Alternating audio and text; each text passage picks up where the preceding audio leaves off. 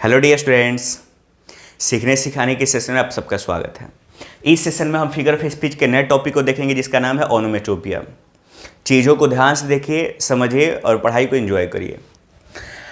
Onomatopoeia कभी कभी क्या होता है कि हम साउंड के माध्यम से उसके स्वामी की जानकारी ले लेते हैं, यानी कि जब साउंड ही अपने स्वामी की जानकारी देने में सक्षम होता है तो उस साउंड को हम जिस सेंटेंस में यूज़ करते हैं वो सेंटेंस कहलाता है ओनोमेटोपिया। ओनोमेटोपिया वो फिगर ऑफ स्पीच है जिसमें यूज़ होने वाले साउंड अपने स्वामी का परिचय दे देते हैं। कहिएगा कि सर क्या बोले, कुछ नहीं समझा। एक मूवी आई थी बेटा, जिसमें किरदार निभाए थे अनिल कपूर और माधुरी दीक्षित। एक सॉन्ग है, काफ़ी लोकप्रियता हासिल किया होता है सॉन्ग।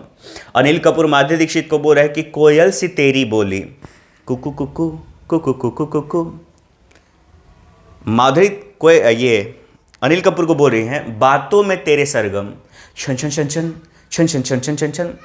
अब आप यदि गौर करें तो जो कुकू कुकू है ना, ये कोयल को बताने में सक्षम है, यानी कि कुकू कुकू से ही पता चल जाएगा कि इस कुकू कुकू के स्वामी कौन है, कोयल। छन छन छन छन से पता चल जाएगा कि ये आवाज़ अपने आप में सरगम की आवाज़ है। ठीक है। अभी नया नया एक पिक्चर रिलीज़ हुआ है सलमान खान का, राधे। तो इसके पहले ये अल्लू अर्जुन के मूवी का सॉन्ग है सिटी मार सिटी मार सिटी मार सिटी मार, ऐसे करके है सिटी मार सिटी मार। तो जो ये सिटी का साउंड है ना, ये अपने स्वामी का परिचय देता है कि ये सिटी की आवाज़ है। तो जब कोई साउंड अपने आप में अपने स्वामी का परिचय देने में सक्षम होता है तो उस तरह के फिगर ऑफ स्पीच को ओनोमेटोपिया कहा जाता है। अगर घर में कोई छोटा बेबी है, बोलते कि बेटा म्याऊ म्याऊ किधर है, तो म्याऊ म्याऊ का मतलब क्या समझेगा? वो अपने मम्मी को जाके बुला के लाएगा कि यही है म्याऊ म्याऊ। कि कैट की तरफ इशारा करेगा। किसी तस्वीर में मानिए कि कोई बिल्ली है, आप पूछते बेटा म्याऊ म्याऊ किधर है, तो ये ऐसा नहीं ना कि अपने मौसी को बोलेगा कि यही म्याऊ म्याऊ है। वो फोटो की तरफ इशारा करेगा, बोलेंगे भो भो। तो भो भो अपने आप में सक्षम है बताने के लिए कि इसका स्वामी कौन है। ठीक है। अपने चाचा को नहीं बोलेगा कि भो भो वही है, वो डॉग की तरफ इशारा करेगा। तो ओनोमेटोपिया वो फिगर ऑफ स्पीच है जो अपने साउंड से अपने स्वामी का परिचय दे देता है। अब चीज़ों को ध्यान से इधर देखिए, समझिएगा। लिखा onomatopoeia words evoke the actual sounds of the thing they refer to. Words onomatopoeia ऐसे शब्द होते हैं जो उस साउंड को रिप्रेजेंट करते हैं, उस साउंड को निकालते हैं। इवोक मतलब निकालना।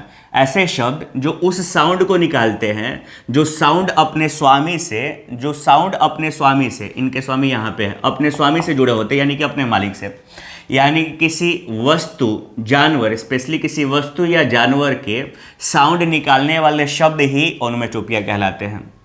किसी वस्तु या जानवर के एक्चुअल साउंड को निकालने वाले शब्द ओनोमेटोपिया कहलाते हैं। ठीक है। अब एग्जाम्पल लिखा हुआ है flags, flutter and flash. Flags झंडा, देखिए यहाँ पे झंडा है, तेज हवा चलती है तो फरफड़ाता नहीं है, फर फर फर फर फर करते रहता है। उसी फरफराहट का इंग्लिश होता है फ्लैटर।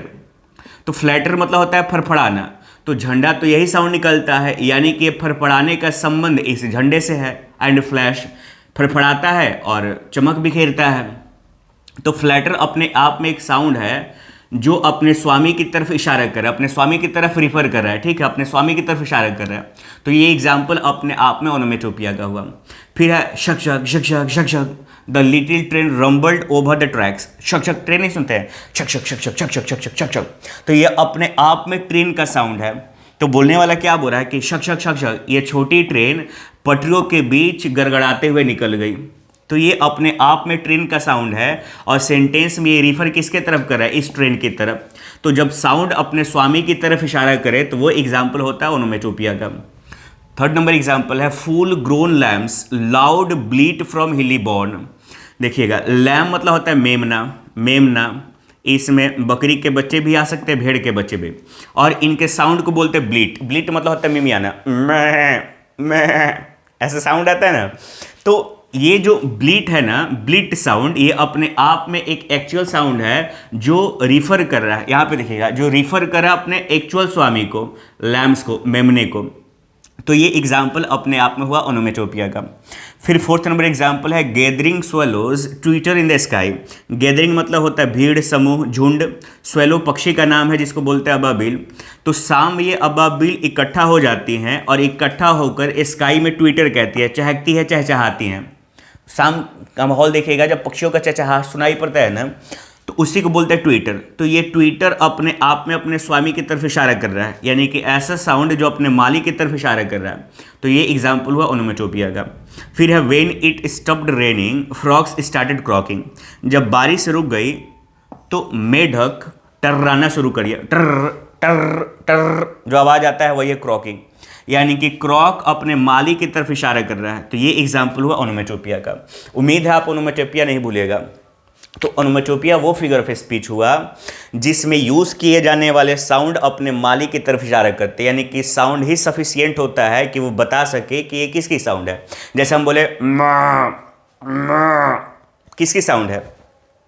कहिएगा फूफा की साउंड है कि फुआ की, कहिए कि नहीं सर ये काऊ की साउंड है, ये भैंस की साउंड है। यानी कि साउंड ही अपने आप में सफिशियंट है ये बताने के लिए कि इसका स्वामी कौन है। बम किसका साउंड है?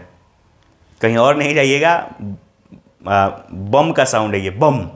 हालांकि और भी कहीं से साउंड निकलता है लेकिन उधर जाने की ज़रूरत नहीं, ये एक्चुअली रिप्रेजेंट करता है बम को, धमाका को। तो उम्मीद है आप ओनोमेटोपिया समझ गए हैं। इसको पढ़ने के लिए आप तोड़ तोड़ के पढ़ लीजिएगा।